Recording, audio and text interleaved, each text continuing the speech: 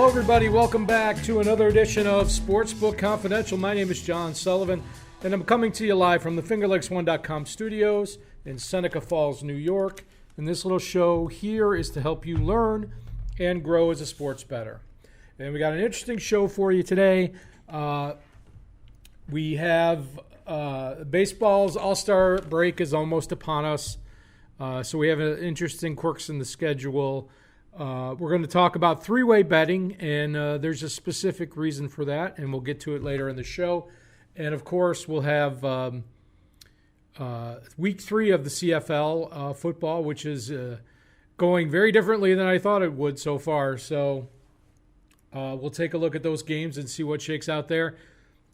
But before we do, as we always begin the show, we're going to start by updating my bankroll, as you can see here on the screen. We started with a bankroll of $600 last week, and we had the Reds money line, which is a winner, profit of $23. And then we had a loser on the Astros, minus $20. We had the Red Sox and Jays over, and that was a winner at plus $19 to the bankroll.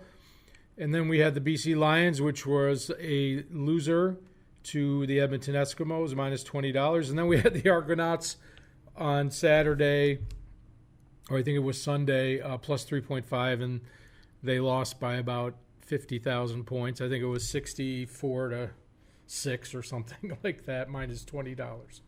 So if you do the math, the new bankroll is $582, and divided by 30, as we always do, because we are selective sports bettors, my new bet size going forward for the show will be $19. So one step back this week. Maybe we could take two steps forward. We'll see.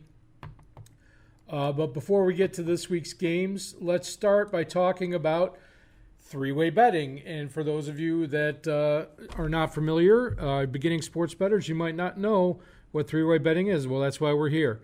Three-way betting involves markets where ties are more prevalent. It's a different way for the sports books to handicap a game. And obviously there's three possible outcomes, which is why it's called three-way betting. Three-way betting is much more popular in the European and Asian sports books. Someday we'll talk about Asian handicapping, where it combines different types of handicapping styles, bookmaking styles. And our three-way betting that we're talking about today is commonly found in soccer, golf, and international hockey. Those are the sports that I've dealt with where I know three-way betting exists. I'm sure there are other sports that escape my pitiful brain at this moment, but you will have a lot of ties in soccer, obviously. In golf, they play a round of golf, two golfers head-to-head. It is possible that they could end up in a draw, so you have three-way betting. And then in international hockey, it used to be a lot more popular back in the day because they would have ties in international hockey. Now they have the World Cup of Hockey and Olympic hockey, and they have tiebreakers. So, but it still exists. And let's work through some examples of three-way betting. Let's take a look here. So here's a soccer example. You have Team A versus Team B. So you have three possible outcomes. You have Team A to win in regulation and minus 145. So A is obviously the favorite to win this game. Team B to win in regulation is plus 458. And you have a draw in regulation at plus 225. Now you notice that I have a question mark next to the draw in regulation. For those of you that are familiar with soccer, there's halftime and full time in a regular soccer game. You play 45 minutes of the first half, and then they might add on a couple minutes for injury time, and then you have halftime. Then you play 45 minutes, they add a few minutes on for injury time, and then you have full time. So most books will grade that bet at full time after the 90 minutes are up. However, some may grade it with extra time. Now, in the in certain soccer leagues they will play X amount of extra time, and then they'll call it a day and just leave it as a draw. In tournaments, they'll often play the extra time and then have penalty kicks.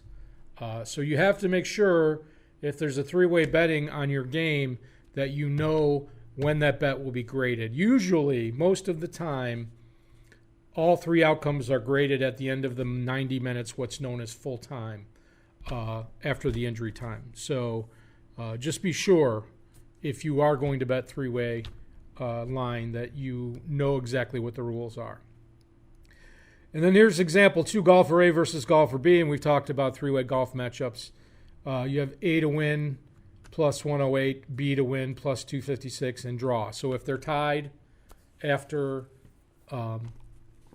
and also you may want to, most golf tournaments are stroke play. Some golf tournaments are match play. Make sure you know what you're getting into if you're wagering on a three-way golf bet. But that's the crux of three-way betting. You can, in the NHL, they don't really do three-way betting anymore for a bunch of reasons. Three-way betting existed years ago in the NHL, but since they've gone to the shootout format, there is almost, no. It's interesting if they did still book three-way action on NHL because teams are getting more aggressive and pulling their goalies early and things like that. You saw that a lot in this year's playoffs, and I feel like it would be very interesting lines to wager on an overtime game. I had in one of my model iterations of hockey, I had my stats said approximately 29% of the time games went to overtime. I think that has changed and gotten a little bit lower in the last year or two. So, but it would be interesting to see how those games would be lined. But you won't see three-way betting in NHL hockey much anymore, if at all. Very interesting. So let's move right along to our games this weekend, and we're going to start with a Major League Baseball Friday. We've got 14 games on the schedule, and usually they play 15 on Fridays, but the Yankees and the Red Sox have decided to go to London this weekend, and will be playing 2 games, I assume at Wembley Stadium. I don't know where else they would play, but I'd be very interested to see how the field looks. But they're playing our local time here on the East Coast of the U.S. They'll be playing around noon on both days. But we have about a week till the All-Star break. We've passed the halfway point of the season and number of games played. So things are starting to shape up. I think like the NL Central is going to be a real good race. I think the AL West will tighten up a little bit. And who knows in the AL East, there's still going to be lots of, at the end of July, there'll be trades at the trade deadline. So we'll see how things will go. But let's look at the games tonight. We got Cole Hamels pitching for the Cubs tonight. 0.95 run favorites based on my model. Minus 113 at the Reds, plus 105. My model likes a lot of road teams today. Braves, 0.30 run favorites, plus 125 at the Mets, minus 135. Mets just had a brutal 4-game series with the Phillies. They got swept. I actually bet on the Mets a couple nights ago, and they had a 4-2 lead in the 7th, and they let it slip away on a drop third strike. Boy, oh boy. Phillies, 0.97 runs, minus 138 at the Marlins. Phils are coming off that 4-game sweep of the Mets, and you have to like how they're feeling lately. Pirates plus 143 at the Brewers, 0.8 run favorites, minus 155. Not a lot of value in that line for the Brewers. You noticed the Phillies were 0.97 run favorites at minus 138. You kind of like that game obviously having more value. As the Cubs, 0.95 runs, minus 113. Obviously way more value than either of those 2 games. Dodgers favored by 2.2 runs, minus 197. At Rockies, plus 181. And we have Ryu going for The Dodgers, I kind of like the under in this game. I believe it's 12.5 runs. But you never know. These teams score in bunches. The breaking balls don't seem to break in Coors Field. But with the starting pitching combination, you kind of have to like the under there. Cardinals, 0.53 run favorite, plus 107 at Padres. Lauer's going for San Diego. And he's been pretty much lights out this year. Probably definitely a rising star in the National League. We'll say that much. The Diamondbacks, minus 105 at the Giants, minus 103. My model has this game as 100% true pick'em, and it's priced exactly like that. There's very little value in taking either team there. So we have more games for you. We have the Indians favored by 2.5 runs, minus 184 at the Orioles, plus 169. As I've said all along, as the season goes by, the Orioles are giving less and less value as they were earlier in the season. Royals plus 110 at the Blue Jays, 0.39 run favorites, minus 119. That's a pretty fair line. More value other places on the board. The Rangers plus 119 at the Rays, 1.04 run favorites, minus 129. See, I would rather take the minus 129 with my model liking that team so much significantly better. But still, probably won't end up on that game, excuse me. A's plus 124 at the Angels, 0.49 run favorites, minus 145. The Angels have been playing really well. I don't know. It's just not enough value there for me to consider that game. The Nationals, 1.63 runs, minus 149 at the Tigers, plus 137. Do like the Nationals here. I don't like it on the run line, though. So I don't know if I would take this game. And then we have two games where the pitching matchups are not decided yet, so we don't have lines out. Mariners at Astros and the Twins at the White Sox.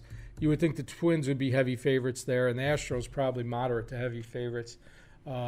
So we're still waiting to see what type of pitching matchups we're going to get. But that's it for baseball on Friday. And let's move along to my favorite football league, the CFL. And I'm having legitimately the worst start in CFL that I've had in this is my seventh season handicapping CFL. And I had 6 winners and 1 loser. Or 5 winners and 1 loser, and this is my 7th season. So Friday night, we have the Alouettes at the Tiger Cats. Now, both of these teams have new coaches, and I just want to point out after the first 2 weeks of the CFL season, every team that has a new coach is 0-2 or has no wins except for the Tiger Cats, which are 2-0. And the Tiger Cats promoted from within, I believe, and all the other teams went outside to get new head coaches, and it shows. And of course, the Alouettes, we've talked about them being in receivership or being owned by the league, and they, are a team that really will not be able to sign any talent. They might be able to trade some talent away, but I have a couple thoughts on this game. First of all, the line is minus 12.5, and the over-under is 57. That over-under opened at 59.5, and I don't usually bet it right when it opens, but when I saw that line, I was like, it's going under. Now, Hamilton scored 64 points last week against the Argos. That's an exception. That is a very unusual score, and even if you added their scores together, it only came to 70 points. But as I've said in previous weeks, the CFL games that the totals are under 45, I almost always bet them over, and totals that are over 57, I almost always bet them under. And I actually have already bet this game at 58, but I'm going to bet it at 57 probably today. So I do think the Tiger Cats could cover that number, but I don't like to bet double-digit spreads in the CFL. There's so many ways to come back. There's so many ways to score points. It's really tough, and we still really don't know what the Alouettes have yet. And Vernon Adams will get the start. I feel like he's gotten a tough shake. This is his fourth season in the CFL, and he's been with at least 3 teams. And he, this first go-around in Montreal, they had like a 3-headed quarterback. They had Rakeem Cato and Brandon Bridge. It's funny because they just signed Brandon Bridge this week. And then he was behind Johnny Manziel in both Hamilton and Montreal, which is very bizarre for him. And now he's the starter by injury, and Brandon Bridge is behind him. But he's going to be the quarterback tonight, and he deserves that shot. And I feel like they should let it go with him for a couple of weeks and see what he can do. I like the under here. Montreal is a good defense. They're not world beaters. But the Tiger Cats are not going to put up 600 yards of offense every game. They do have a good offense, but there are new wrinkles that are different this year that they, are from last year. The teams are going to figure that out. The other teams in the league are going to figure it out. They're going to slow them down. So it's just a natural logical progression that the under is in play here in this game. BC Lions at Stampeders, minus 10.5, 53. I was very high on the BC Lions going into the season. And again, you have a new coach who is from Calgary. He was the defensive coordinator at Calgary. And here he comes facing his old team. And I do think this game is going to be competitive. If this was 13 points, I would be all over the Lions. The Lions lost by 10 to Winnipeg. They lost by, I think, 13 to Edmonton, something like that, maybe a little bit more. I feel like, number one, the Stampeders' defense is not as good as it has been in previous years, not only because Devon Claybrooks is not there anymore, but Alex Singleton, their best linebacker, is now in the NFL. So, once again, the Lions, if that gets up to 13-ish, I would be all over the Lions. But I lean towards the over here because Calgary's defense is not as good as it's been in previous years. And BC has been able to put up, 20 points in their first 2 games. So, if they give up 30 to the Stampeders, that puts you right on the number. So I feel like the over is the play there, even though 53 is a little high for me to play an over. I like the over there. And then on Canada Day, which is Monday, it's the Argonauts at the Rough Riders, minus 10.5, 52. First home game in Saskatchewan for the Rough Riders in Regina.